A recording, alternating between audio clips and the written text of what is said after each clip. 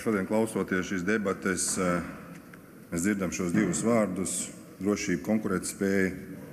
Šo vārdu drošību mēs dzirdam jau ļoti ilgstoši, no 2014. gada, bet es domāju, mēs viņu dzirdam no 1918. gada. Un tās vārds nekad nepazudīs. Tas vārds nekad nepazudīs mūsu valstī. Jo to, ko mums ir sarūpējuši mūsu tēvi, vectēvi, šo valsti, mums par viņu ir jārūpējas. Kā mēs par viņu rūpējamies, tā ir mūsu katra attieksme un griba un vēlēšanas. Vai mēs vēlamies to darīt, vai nē? Un šeit šodien teica, ka mums ir jānāk savu alternatīvu budžetu. Man grūti tiešām ir iepazīties būtībā 2 nedēļās ar šo budžeta paketi, ko mums atnes 15. oktobrī, un šodien 30. mēs par to runājam. Par ko koalīcija runājas gandrīz visu gadu garumā. Viņi zina šos skaitļus. Ja mēs, protams, zinātu kaut kādus no šiem datiem, droši vien, ka mēs arī varētu iesaistīties. Dažādi mēs varam runāt par šiem skaitļiem, kas ir attēloti šajā budžetā. Un skaitļi jau ir ļoti labi.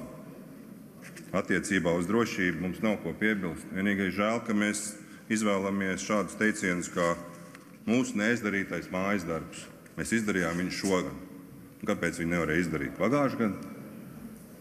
Vienkārši jautājums. Kāpēc nevarēja to mājas darbu? Jūs skolā taču arī iet. Jūs neizpildījāt mājas darbu. Un tad droši vien tāda atzīme jums arī ieliek par neizpildītu mājas darbu. Un ar vārdu diemžēl, laikam skolotāji nevarēs iežēlot. Bet, ja mēs runājam par šiem skaitļiem, tiešām viss cieņa un gods skaitļi ir laba lieta.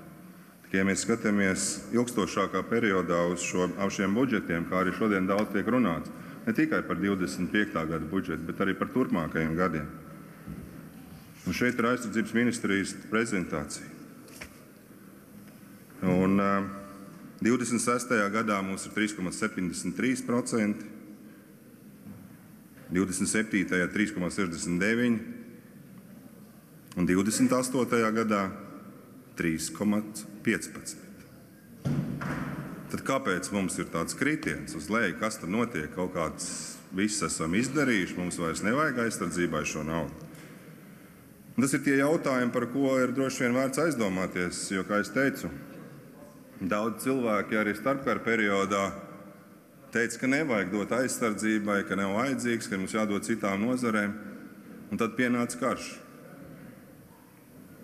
Un vai mums šādi domājot un domājot nākotnē, ja mēs tagad kaut ko izdarīsim, un tad nākotnē mums vairs nevajadzēs to naudu tai drošībai, man liekas, ka tā nav ilglaicīga un tālredzīga domāšana. Runājot par iekšlietu ministrijas budžetu, tiešām prieks, kad ir mājas darbs izpildīts, un par to, ko, man liekas, iepriekšā gada budžetā visvairāk arī tērzējām un runājām par iekšlietu ministrijas budžetu. Bet, ja jūs paskatāties atkal šajā ilgajā nogrieznī, tad šobrīd atlīdzība, jo laikam kā pagājušajā gadā saukšu šos skaitļus, atlīdzība 25. gadā 425 658 un 27. gadā es saucu skaitļus 423 924 776 eiro. Un atkal kaut kā samazinās atlīdzība pēc 2 gadiem. Tie ir tie jautājumi par to, kā mēs teicām. Uz šo brīdi, ja mēs skatāmies šo budžetu uz nākošo gadu, tiešām viss ir ļoti labi. Bet kā mēs dzīvosim tālāk?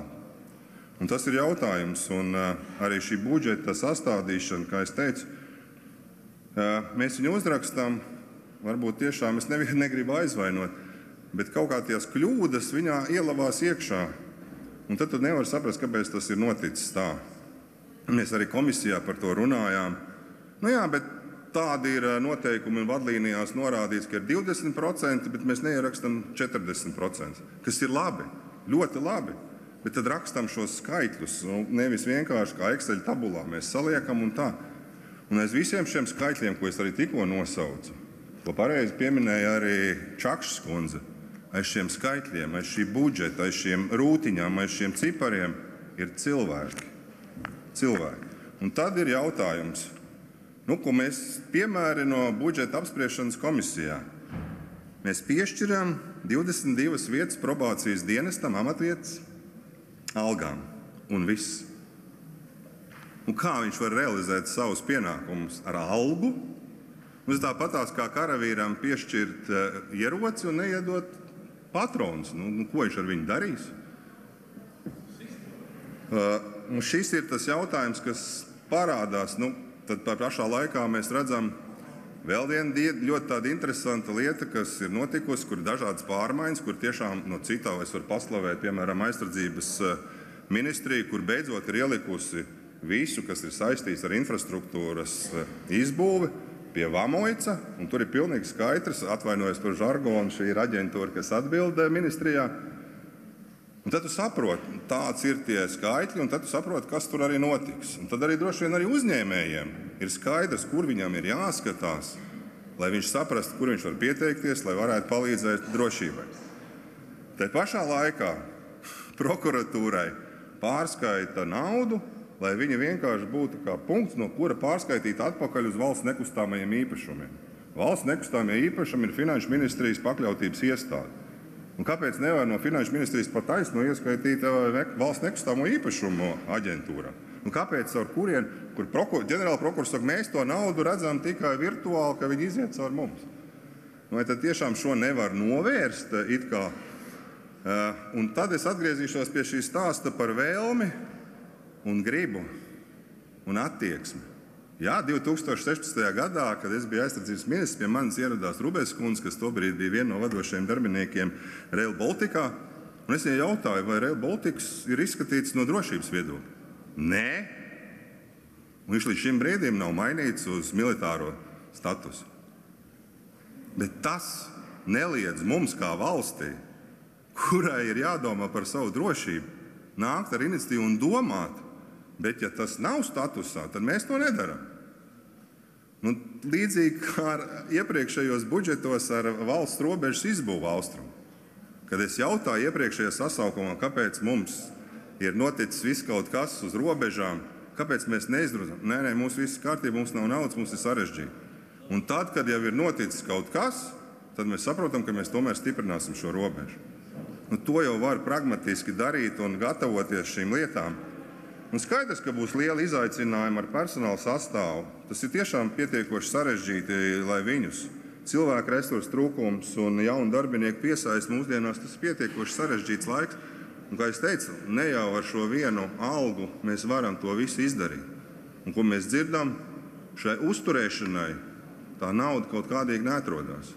Un tas tiešām ir slikti, jo, kā es teicu, lai cilvēks varētu pildīt savus pienākumus, viņam ir kaut kādā veidā jācenšas arī palīdzēt pildīt šos pienākumus pietiekoši kvalitatīvi. Kiberdrošība. Mēs pieņemam likumu, kas ir ļoti svarīgi. Mēs redzam, par cik ir pieaudzis šis kiberriski mūsu valstī, cik liela ir uzbrukuma skaits, par 40% un lielākā daļa tēmēta tieši uz Baltijas valstīm. Un šajā gadījumā nav ministru kabineta noteikumu. Mēs uzliekam cilvēkiem par pienākumu rūpēties par kaut ko, bet tai pašā laikā aizmirstam kaut kādas šādas lietas. Tas tiešām liek aizdomāties, mēs tiešām ļoti labas lietas darām, bet vai mēs tiešām to nevaram izdarīt ar vēlēšanos, attieksmi un gribu? Man liekas, tas ir tas galvenais, ko arī ministra kungs teica, ka ir svarīgi, lai mūsu karavīri būtu ar stāju, patriotiski. Bet ir viena ļoti svarīga lieta – ticība. Un te es atgriezīšos pie Rokpeļņa kunga teiktā. Kad svarīgi ir, kad ir valstī drošība, tad būs bērni. Arī kara laikā dzima bērni. Jo cilvēki ticēja šai valstī. Un nav būtiski, cik slikti dzīvo vai kā. Ļoti būtiski, ka viņi tic un mīl šo valsti. Un noslēgumā es tiešām gribu pateikt paldies, bet kam es gribu pateikt paldies? Nodokļu maksātāju nauda. Tā ir nodokļu maksātāju nauda. Paldies visiem tiem cilvēkiem, kas ir sarūpējuši šo naudu mums, un es novēlu mums būt atbildīgiem ar attieksmi un cieņu attiekties pret to, kas mums ir uzticēts, šī nauda. Kā mēs viņus sadalām un kā mēs par viņu rūpējamies. Jo viens ir tas, ka mēs šobrīd izskatās ļoti skaista bilde, bet kāda būs turpinājums un tie rezultāti, tas būs svarīgs pēc laika tikai izvērtējums. Paldies jums! Paldies!